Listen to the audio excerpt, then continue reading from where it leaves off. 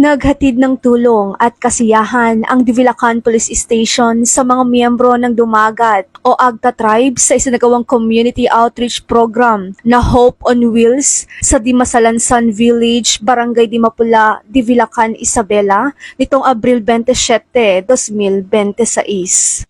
Pinangunahan ng Divilacan Police Station ang pamamahagi ng pagkain sa mga katutubong mamamayan, partikular sa mga bata at pamilya ng Agta bilang pagpapakita ng malasakit at suporta sa komunidad.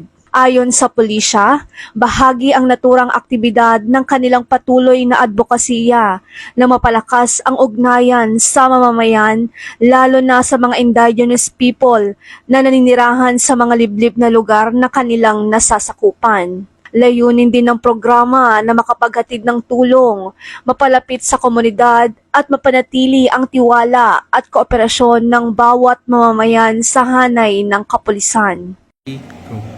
Ang programang Hope on Wheels ay sumasailalim sa tunay na diwa ng paglilingkod ng kapulisan. Hindi lamang seguridad ang aming hatid, kundi malasakit, pag-asa at pagkalinga sa bawat mamamayan, lalo na sa ating mga kapatid na katutubo. Patuloy kaming magsiservisyo ng may puso at katapatan.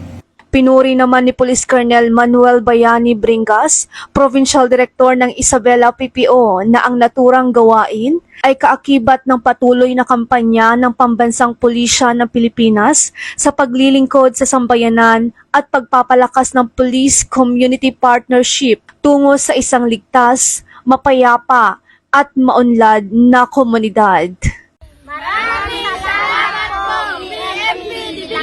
Mula dito sa Isabela Police Provincial Office, ako po si Police Corporal Sara Jane V. de la Cruz, ang inyong tagapaghatid balita. Bagong PNP para sa bagong Pilipinas, serbisyong mabilis, tapat at nararamdaman.